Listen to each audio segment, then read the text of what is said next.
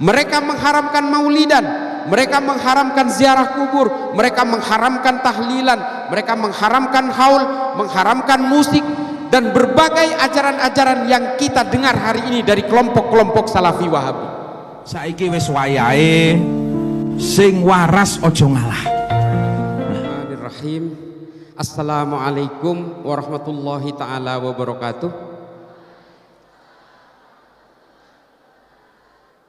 Yang saya hormati panutan saya Kiai Yusuf Hudori dan juga beserta seluruh dzurriyyah Kiai Hudori, para alim, para ulama, para asatid, alumni dari Subhanul Waton yang saya muliakan dan dirahmati Allah, dan yang saya hormati juga Bapak Brigjen Polisi Tubagus Ami Prindani, Direktur Pencegahan Densus 88, dan siapapun yang bisa menyimak dalam berbagai paparan ini nanti dalam majelis ini secara online atau secara rekaman. Adik-adikku sekalian, para santri maupun para alumni, mungkin ada sebagian yang sudah mengenal saya atau belum mengenal sama sekali, jadi saya perlu memperkenalkan diri. Nama saya Islah Bahrawi, saya lahir di Madura. Ini kalau acara alumni ini memang biasanya agak asik gitu, cerita-cerita tentang masa lalu, tentang waktu mondok seperti apa. Ini saya juga mengalami hal yang sama. Jadi kalau saya memberikan materi di acara alumni ini ya memang harus sedikit bersabar. Ada yang asik ngobrol gitu, waktu zaman dulu ke kantin atau apa gitu. Nggak apa-apa. Yang penting pada garis besarnya nanti disimak saja, nggak apa-apa. Nanti tinggal disalurkan ke keluarga, ke ponaan atau ke seluruh lingkungan, ke teman nongkrong, teman ngopi. Karena apa yang ingin saya sampaikan ini insya Allah mungkin agak sedikit serius tentang politik Islam masa lalu, hari ini, dan masa depan. Ini mungkin menjadi penting karena kalau kata pengajiannya Kiai Yusuf Hudori di dalam Ihya itu dikatakan bahwa Islam dan politik itu seperti saudara kembar. Ini kata Imam Ghazali. Jadi orang Islam harus berpolitik untuk bisa mengawal supaya ruang-ruang politik ini tidak keluar dari jalur maqasidus syariah. Nah, Bapak Ibu sekalian, para alim, para ulama, para masyayikh, para asatid, sebenarnya kalau kita perhatikan ya, politik Islam secara historik, ini kita udah mulai mengarah ke materi yang agak sedikit serius. Mungkin dari sebagian santri dan alumni sudah tahu sejarah-sejarah, sudah tahu tentang bagaimana politik Islam itu bergerak dari abad ke abad. Politik Islam itu ketika setelah Rasulullah wafat, ini kemudian menjadi satu permasalahan baru ketika kekuatan politik Islam ini berada di tangan orang-orang yang tidak punya sifat maksum. Ini kemudian menjadi berbagai dinamika politik di dalam Islam ini kemudian penuh dengan dinamika, penuh juga dengan kejahatan-kejahatan. Ini yang menjadi masalah memang. Nah, saya ingin menyampaikan beberapa sejarah. Ini mohon maaf, ini karena agak molor Kiai, mungkin nggak bisa lama sedikit. Nggak apa-apa. Jadi memang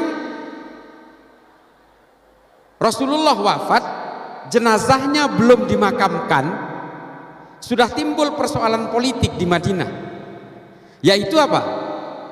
Pertengkaran antara Sayyidina Umar dengan Sa'ad bin Ubadah. Ini adalah konflik politik pertama setelah Rasulullah wafat. Bahkan jenazahnya Rasulullah belum dimakamkan. Ini sudah ada konflik dalam persoalan politik. Kaum Muhajirin dan kaum Ansor yang tadinya sangat solid pada masa Rasulullah, akhirnya terpaksa terpecah belah karena persoalan orientasi politik. Ini yang menjadi persoalan.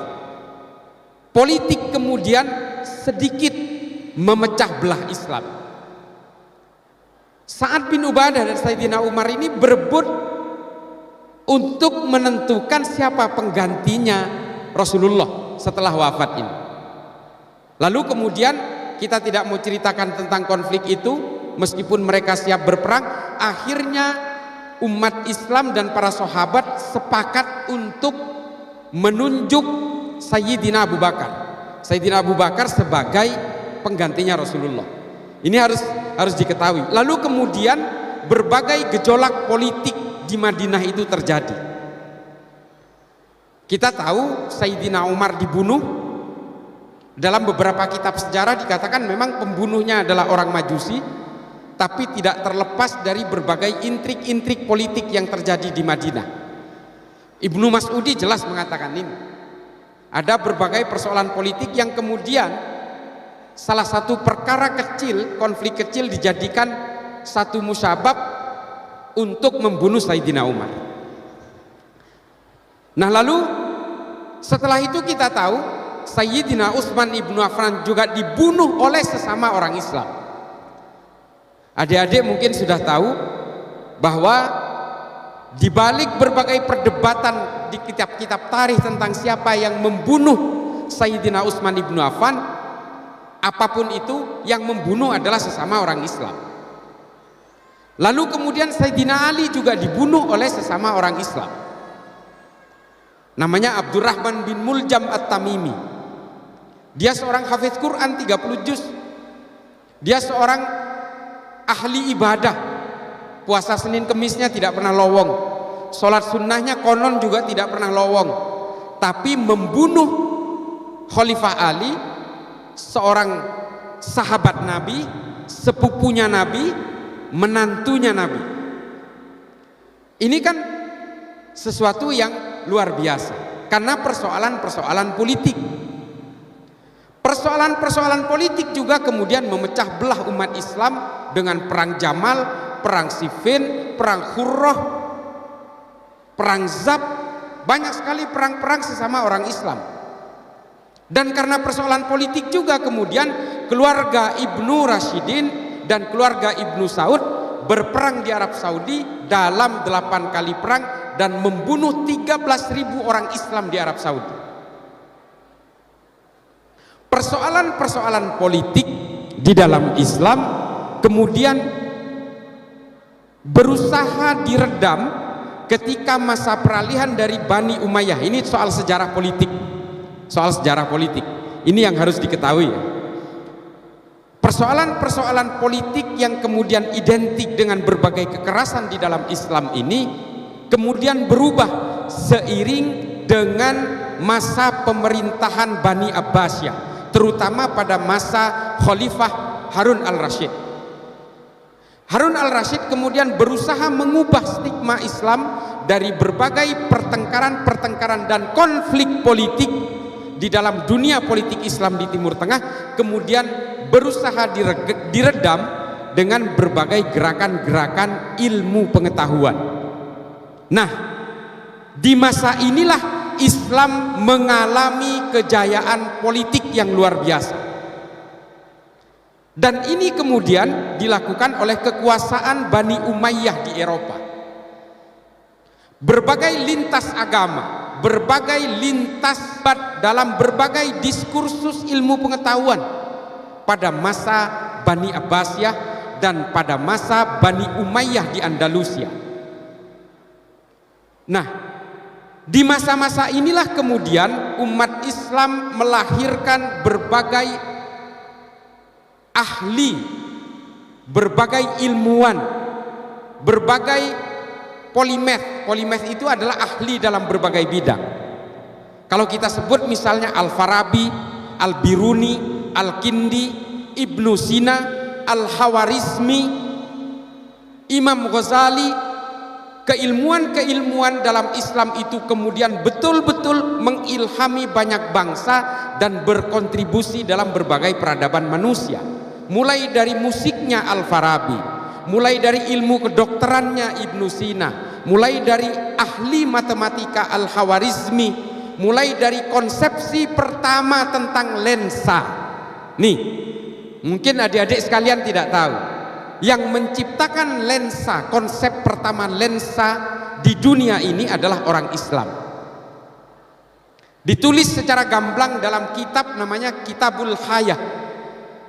Inilah adalah konsep pertama lensa. Tapi karena di Islam kemudian karena sibuk dengan berbagai konflik politik, Kitabul Hayah ini diusung ke Jerman. Dan kemudian kita kenal hari ini yang menemukan lensa pertama kali orang Jerman.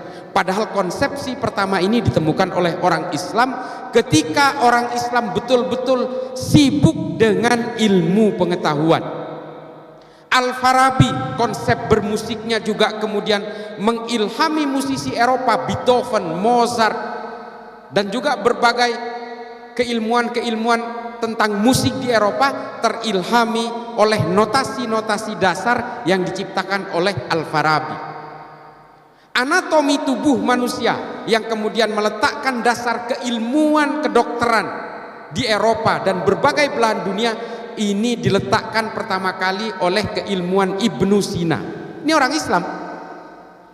Jadi ilmu anatomi tubuh manusia, bagaimana makanan dimasukkan lewat mulutnya, dicerna lewat pencernaan, kemudian keluar menjadi feses, ini pertama kali ditemukan oleh Ibnu Sina yang kemudian meletakkan ilmu kedokteran awal. Ini dari Islam. Dan kemudian konsep-konsep yang lain, misalnya ada Al-Khawarizmi yang dilahirkan oleh pemerintahan Islam di Andalusia.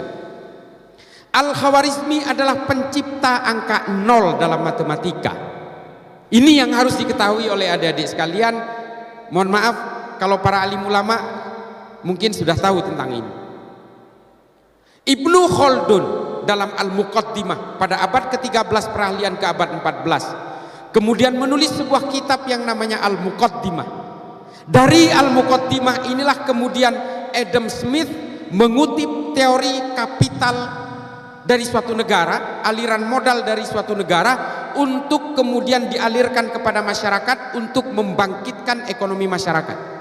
Adam Smith adalah perumus sistem kapitalis pertama di abad modern ini. Semua keilmuannya diambil dari sistem ekonominya Ibnu Khaldun dalam Al-Muqaddimah.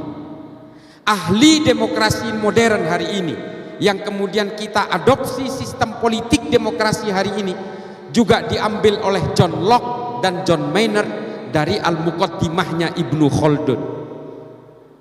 Keilmuan Islam juga kemudian mengenal kemanusiaan. Ilmu pengetahuan dari Islam kemudian mengenal berbagai lintas bangsa, lintas keimanan. Ketika Islam berjaya dalam ilmu pengetahuan, juga melahirkan seorang pendeta Kristen yang bernama Al-Ibri. Karena Al-Ibri dengan Imam An-Nawawi kemudian merumuskan sebuah sistem jaga jarak ketika pandemi. Jadi ketika Covid kemarin kita diminta untuk jaga jarak, itu sebenarnya konsep pertamanya dirumuskan oleh Imam An-Nawawi dan juga Al-Ibri, seorang pendeta Kristen yang dirumuskan pada masa kejayaan ilmu pengetahuan Islam di Baitul Hikmah di Baghdad.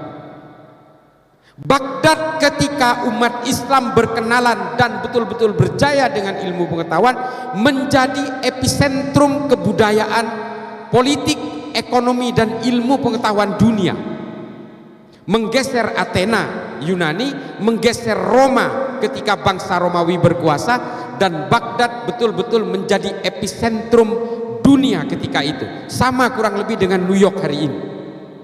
New York hari ini menjadi epicentrum ekonomi dunia karena ada Wall Street, ada Nasdaq dan sebagainya. Dulu New Yorknya dunia itu Baghdad. Betapa hebatnya umat Islam secara politik, secara ekonomi, dan juga secara kebudayaan pada masa itu. Dan kemudian di masa kejayaan Bani Umayyah di Eropa juga melahirkan lintas keimanan juga.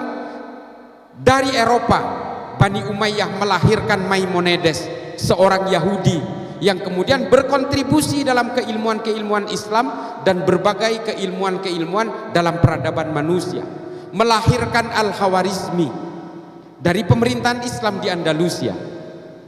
Dengan ilmu pengetahuan kemudian umat Islam berjaya meskipun sudah diruntuhkan oleh bangsa Mongol Bani Abbasiyah, tapi kemudian pemerintahan Seljuk yang kemudian masuk Islam, pemerintahan Mamluk yang kemudian menjadi cikal bakal pemerintahan Kekaisaran Utsmani di Turki, ini juga berhasil diglorifikasi lewat ilmu pengetahuan. Dengan ilmu pengetahuan, politik Islam kemudian berjaya sejaya-jayanya. Lalu di mana berubahnya?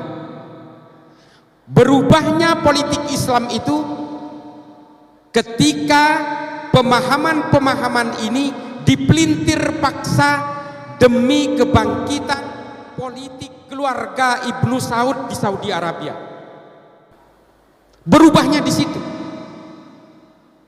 Yang kemudian kita kenal dengan ajaran-ajaran Salafi Wahabi hari ini. Islam kemudian identik dengan berbagai kekerasan. Dan kemudian berbagai fikih-fikih dibuat untuk supaya mendukung kekuatan politik keluarga Ibnu Saud. Ajaran-ajaran dari Ibnu Taimiyah dalam kitab Majmu' al-Fatawa dengan konsep al-wala wal bara kemudian dimodifikasi sedemikian rupa oleh Muhammad bin Abdul Wahab untuk dilaksanakan di Saudi demi konsumsi politiknya keluarga Ibnu Saud. Ini kan memang menjadi perdebatan kemudian. Apakah al-wala wal baroknya versinya Ibnu Taimiyah dan al-wala wal baroknya versi dari Muhammad bin Abdul Wahab ini berbeda? Saya pastikan berbeda. Ibnu Taimiyah menulis Majmu' al-Fatawa untuk membangkitkan gerakan politik Islam di abad pertengahan setelah terpuruknya Bani Abbasiyah karena diserbu oleh bangsa Mongol. Dan Ibnu Taimiyah hidup pada masa perang salib, perang antara orang Eropa dan orang Timur Tengah untuk merebut Yerusalem, Baitul Maqdis. Disitulah kemudian Ibnu Taimiyah membuat rumusan al-wala wal bara, membangun monoloyalitas dan membangun permusuhan dengan orang yang berbeda keimanan. Ini ditulis oleh Ibnu Taimiyah dalam Majmu' al-Fatawa. Tapi yang menjadi masalah kemudian adalah ketika Muhammad bin Abdul Wahab membuat rumusan ini untuk diterapkan di Saudi Arabia, di mana semua orang Saudi Arabia ketika itu satu keimanan. Lalu kemudian dirubah bahwa meskipun dalam satu keimanan kita harus bermusuhan meskipun dalam perbedaan orientasi politik. Dimodifikasi sedikit oleh Muhammad bin Abdul Wahab.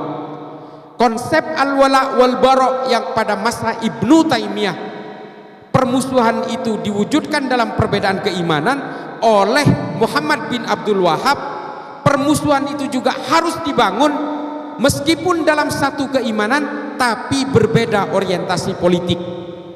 Mengapa dimodifikasi sedemikian rupa? Karena musuhnya keluarga Ibnu Saud itu adalah seorang zuriyah Nabi bernama keluarga Ibnu Rashidin.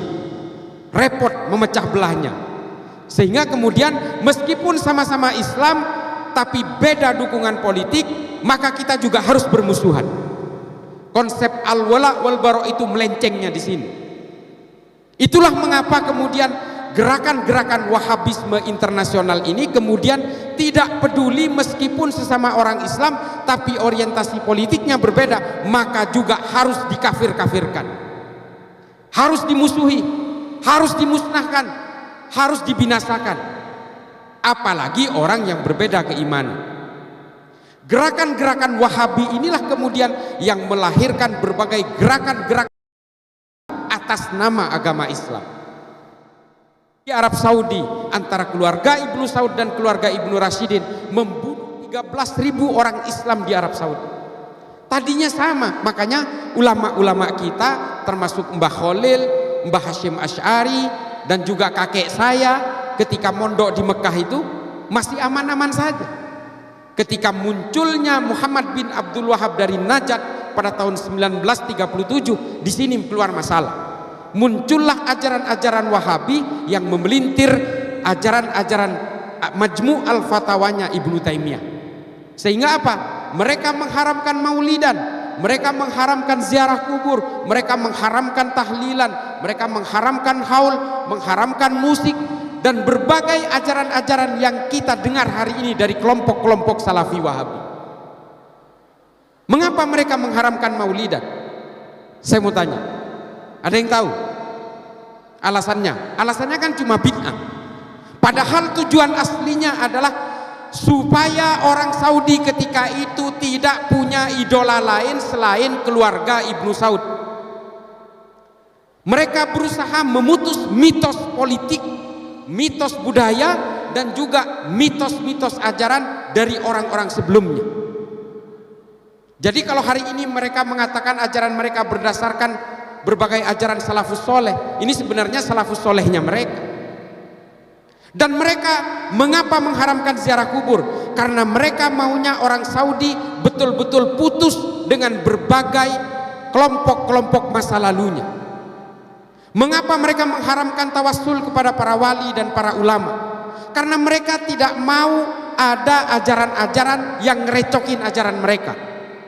Mereka ingin memutus tali psikologis antara orang Saudi dengan para ulama dan juga para wali, sehingga mereka juga memutus tawassulnya. Itu maksud mereka.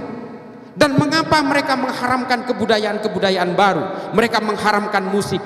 Karena lewat musiklah orang Saudi berkerumun, berkumpul, sehingga mereka takut perkumpulan-perkumpulan budaya dan musik ini dijadikan sebagai epicentrum perlawanan terhadap politiknya keluarga Ibnu Saud.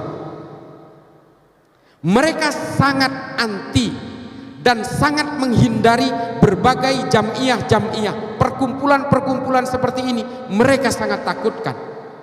Karena apa? Karena takut menjadi epicentrum perlawanan terhadap gerakan-gerakan politik keluarga Ibnu Saud ketika keluarga Ibnu Saud ingin menguasai Saudi dan memutus tali politiknya dengan Kekaisaran Utsmani. Jadi adik-adikku, Bapak Ibu sekalian, para asatid, apa yang dilakukan oleh keluarga Ibnu Saud berkolaborasi dengan Muhammad bin Abdul Wahab ini, fikih-fikih yang dikeluarkan itu sebenarnya dipesan untuk kekuatan politik keluarga Ibnu Saud, sama dengan Soeharto ketika Soeharto berkuasa di sini. Sama. Ketika ada perlawanan dari masyarakat, Soeharto membuat undang-undang, membuat undang-undang subversif, otsus, kopkamtib dan sebagainya. Sama. Karena ingin menghantam kekuatan-kekuatan politik yang menjadi ancaman bagi kekuatan Pak Harto ketika itu. Kan semuanya sama sebenarnya. Cuma Pak Harto bedanya adalah membuat aturan-aturan atas nama negara, tapi Muhammad bin Abdul Wahab demi kekuatan politiknya Ibnu Saud membuat aturan-aturan atas nama agama. Ini bedanya. Ini dalam rangka untuk mengglorifikasi kekuatan politiknya keluarga Ibnu Saud. Nah, kemudian ajaran-ajaran ini diekspor paksa ke kita hari ini, yang suasananya berbeda, kulturnya berbeda, sistem politiknya berbeda, klimatologinya berbeda, geografinya berbeda, demografinya berbeda.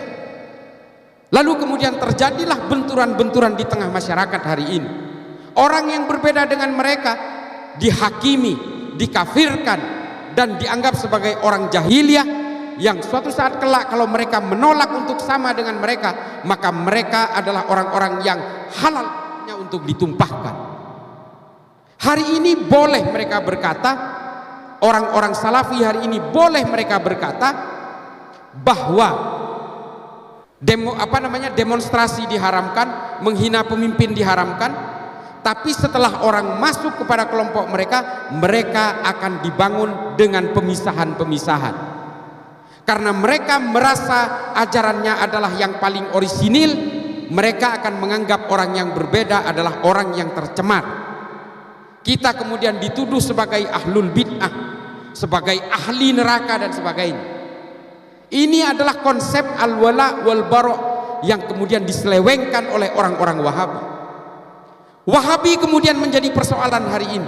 Saya sering mengatakan di dalam berbagai media sosial, saya memastikan 99,9% yang ditangkap oleh Pak Ami ini adalah berpaham Salafi Wahabi, saya pastikan. Saya punya datanya. Kalau ada yang membantah ini, silahkan daftar ke saya pertemukan langsung dengan teroris. Sama fikihnya, sama pemahamannya. Mengharamkan musik, iya. Mengharamkan tahlil, iya. Membenci orang yang berbeda, iya. Cuma ulama-ulama, ustadz-ustadz hari ini Salafi Wahabi yang seolah-olah sejuk, ini adalah pintu pembuka.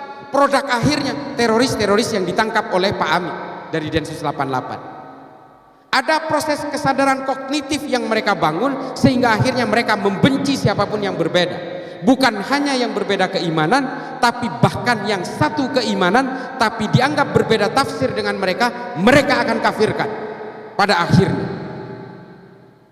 Dan Arab Saudi hari ini menyadari itu semua, bahwa kalau mereka masih mengadopsi dengan ajaran ini, negara saya akan terus terlibat dalam berbagai aksi kekerasan. Dan kemudian negara saya akan betul-betul mundur peradaban. Makanya kemudian hari ini Arab Saudi mengubah pelan-pelan berbagai aturan agama versinya Muhammad bin Abdul Wahab. Hijab tidak lagi wajib di Arab Saudi. Saya pertegas ini karena banyak sekali dari kalangan fatayat dan muslimah. Di Saudi hari ini tidak diwajibkan memakai hijab. Dan perempuan Saudi kalau mau keluar negeri tidak harus dengan mahramnya. Perempuan di Saudi hari ini boleh nyetir kendaraan. Perempuan di Saudi hari ini boleh bekerja dan menjadi supir Grab. Muhammad bin Salman kemudian diwawancarai oleh Frontline, bisa disimak di YouTube. Dia mengatakan, saya tidak mengubah ajaran agama, saya mengubah tafsir-tafsir agama. Pada akhirnya mereka sadar bahwa kita semua ini hidup dengan tafsir-tafsir agama. Tidak boleh mengklaim kebenaran dan kemudian seolah-olah orang lain yang berbeda dengan dia pasti salah. Mereka menyadari itu. Padahal Nahdlatul Ulama sejak dulu ya begini ini.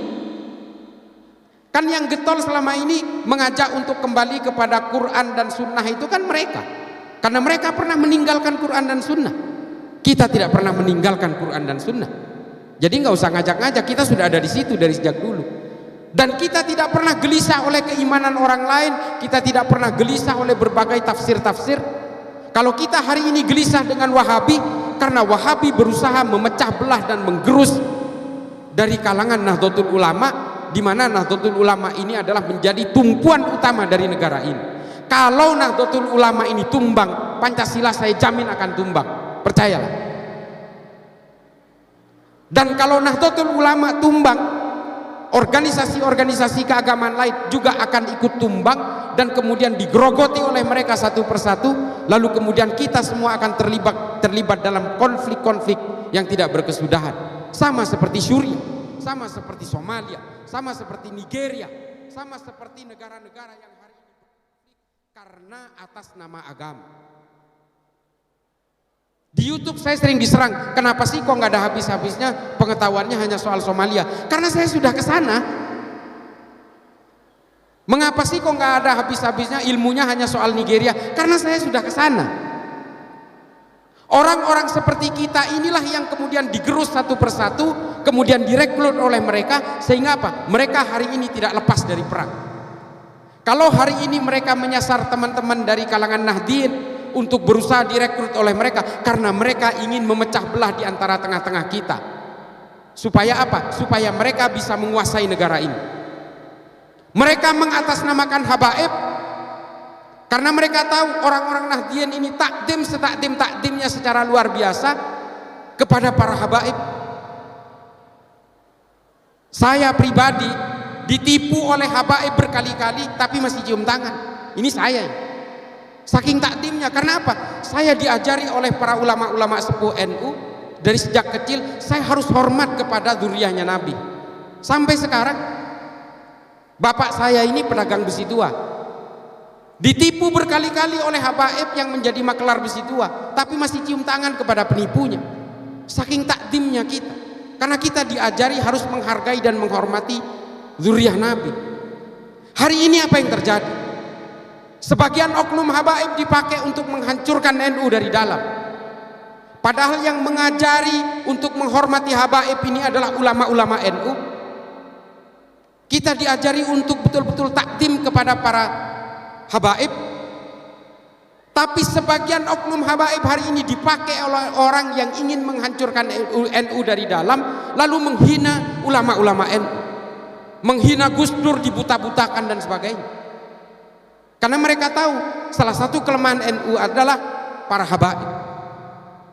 Dan hari ini kita betul-betul dibius oleh oknum-oknum yang mengatasnamakan habaib tapi menggerus orang NU satu persatu karena persoalan-persoalan politik. Lalu kemudian politik-politik kekerasan di dalam Islam ini kemudian menjadi masalah. Sehingga apa?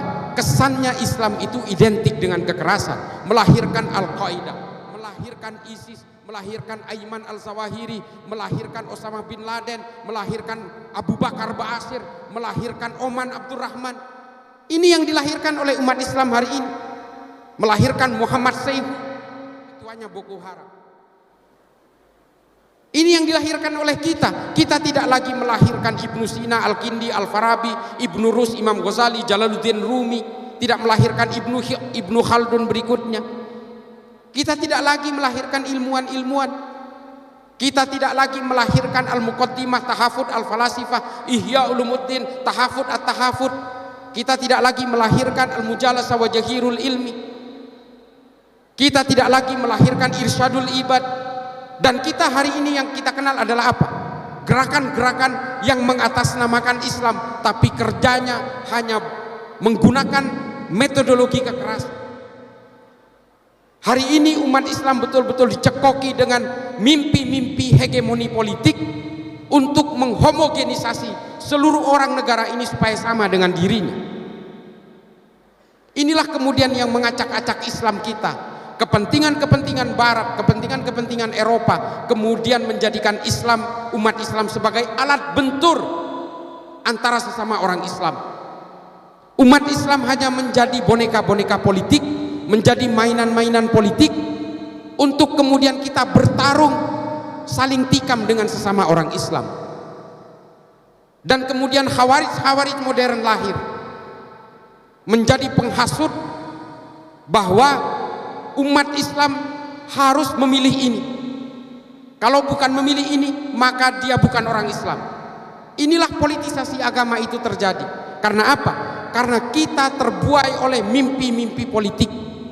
Maka kemudian apa yang harus kita lakukan hari ini? Kembalikan kejayaan Islam ini bukan lewat jalur politik. Kembalikan Islam ini kepada ilmu pengetahuan agar Islam betul-betul berjaya seperti masa kejayaan Islam di abad-abad pertengahan. Tapi apakah umat Islam tidak boleh berpolitik? Boleh dan wajib.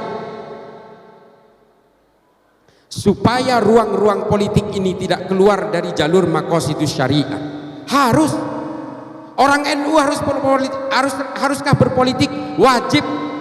Supaya ruang-ruang politik ini tetap berada dalam tatanan sanad keilmuan para ulama, Nahdlatul Ulama, tetap berpegang teguh kepada Ahlus Sunnah wal Jamaah An-Nahdiyah. Tetap harus.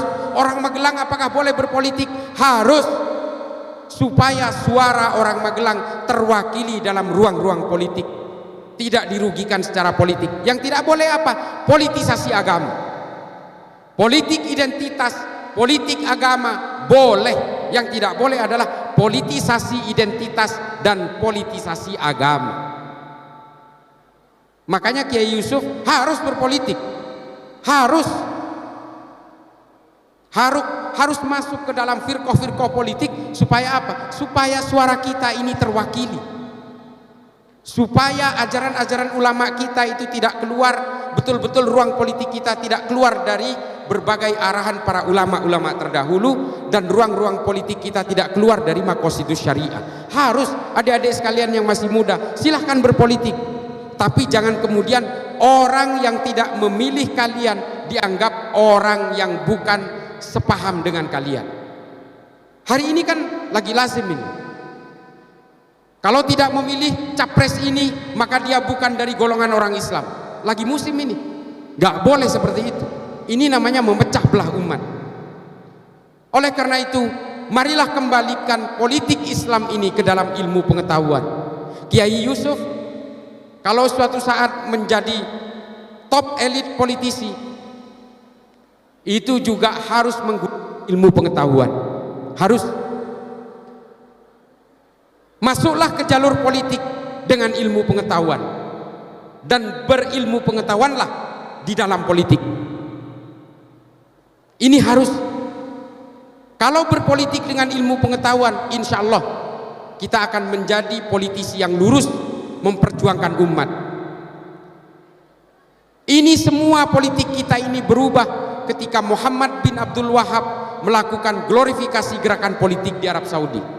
Ketika Sayyid Qutb demi konsumsi politik dalam negeri Mesir kemudian mengilhami gerakan-gerakan politik kekerasan di seluruh dunia.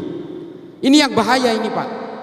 Adik-adikku sekalian, para alim, para ulama, para asatid, para masyaikh, yang paling bahaya hari ini adalah gerakan-gerakan Ikhwan Muslimin yang sebenarnya memulai epicentrum gerakan politiknya di Mesir, lalu kemudian hari ini berada di Indonesia. Ini yang paling bahaya, karena ubudiahnya sama dengan kita. Yang namanya seorang ulama Hasan Al-Banna, pendiri Ikhwanul Muslimin ini sama seperti kita, tidak mengharamkan ziarah kubur. Mereka juga maulidan. Sama. Di sini ada ustadz juga yang seperti itu. Tapi kemudian menghalalkan bunuh diri, menghalalkan kekerasan-kekerasan demi ambisi politik. Antara Wahabi dan Ikhwanul Muslimin ini tujuan politiknya sama. Politik pan-islamisme, politik teokratis sama. Meskipun ubudiahnya berbeda. Orang Wahabi anti ziarah kubur, anti maulidan. Orang-orang Ikhwanul Muslimin menghalalkan ziarah kubur, menghalalkan maulidan. Tapi tujuan politiknya sama. Ingin menumbangkan Pancasila juga. Dengan berbagai metodologi takiyahnya. Takiyah itu bukan hanya orang Syiah yang bisa bertakiyah. Hari ini semua orang bisa bertakiyah. Kelompok-kelompok Wahabi juga bertakiyah, kelompok Ikhwanul Muslimin bertakiyah, kelompok-kelompok sebagian oknum habaib juga bertakiyah. Jadi mohon kita pahami di sini, semua gerakan politik Islam, harokah keislaman kita, siasah Islam kita kemudian melenceng ketika dibelokkan oleh dua kelompok ini, yang dua-duanya hari ini masuk ke negara kita dengan berbagai kelompok-kelompok dan metodologinya. Kelompok Wahabi, kelompok Salafi Wahabi dengan berbagai tipu dayanya berusaha menggerus kita satu persatu. Kelompok Ikhwanul Muslimin juga menggunakan metodologi yang sama. Lewat parpol, ada parpol hari ini yang betul-betul didirikan berdasarkan berbagai ajaran-ajaran dan cita-cita serta ideologinya Ikhwanul Muslimin. Ada di kita hari ini. 3 huruf nama partainya. Tidak perlu saya sebutlah nama partai ini, pokoknya 3 huruf aja. Nanti saya dituntut sama orang kalau menyebutkan bahwa ini adalah partainya PKS. Maaf.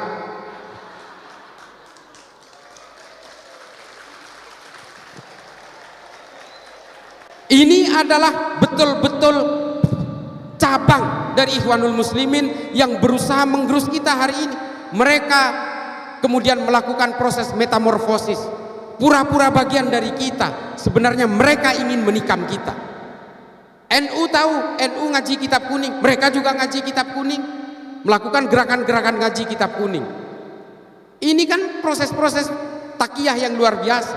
Jadi adik-adik sekalian, generasi muda, para alumni, tetaplah kita bersanad kepada keilmuan-keilmuan Kiai Khudori, Mbah Hasim dan sebagainya, Mbah Khalil.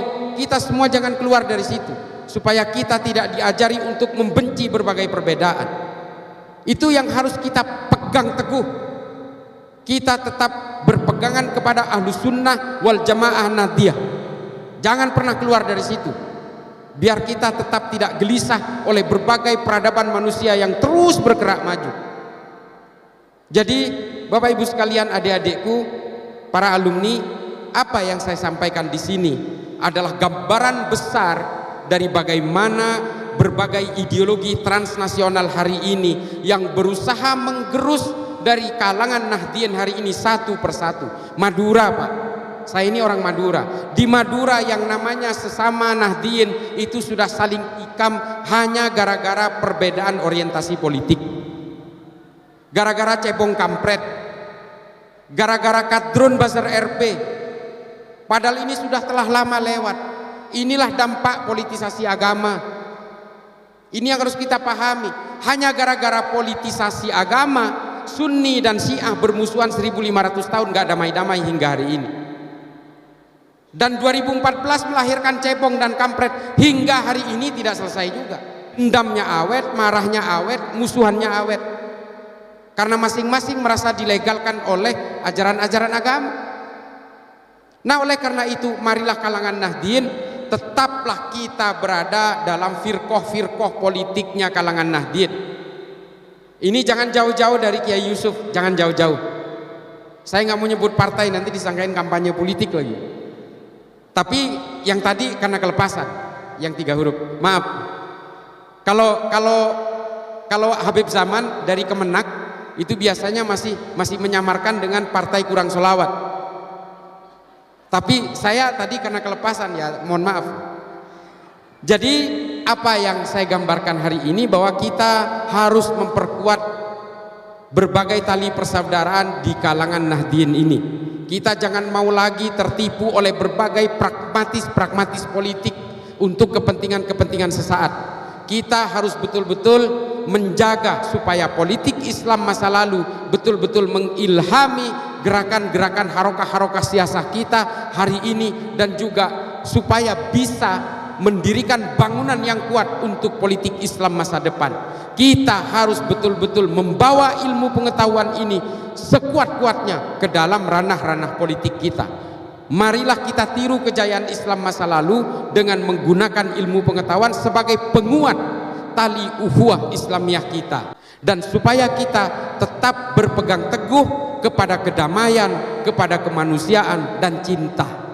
Islam itu diturunkan oleh Allah untuk tujuan-tujuan supaya manusia ini tertib. Tidak mungkin Islam ini diturunkan supaya manusia membuat huru-hara, tidak mungkin. Makanya kemudian para ulama NU pada masa lalu pasca kemerdekaan merumuskan supaya kita tidak saling tikam dalam satu keimanan, supaya kita tidak saling tikam dalam sesama anak bangsa. Kemudian disepakati bahwa al-asobiyahnya Indonesia itu adalah Pancasila. Kita ambil jalan tengahnya. Oleh karena itu adik-adik sekalian, yang paling terakhir adalah bahwa mari kita jaga kedamaian, kemanusiaan dan cinta di kalangan seluruh anak bangsa kita ini. Jangan lagi kita terpengaruh oleh berbagai kepentingan-kepentingan politik yang sifatnya sektoral, yang sifatnya parsial, yang sifatnya betul-betul eksklusif. Kita harus berpolitik atas nama Islam dan atas nama negara, atas demi keutuhan negara kesatuan Republik Indonesia. Marilah kita bawakan Islam ini sebagai agama yang bisa menjadi rahmat bagi seluruh alam semesta. Terima kasih. Akhiran, ihdinas siratal mustaqim, wallahul muwafiq ila aqwamit thoriq. Assalamualaikum warahmatullahi taala wabarakatuh.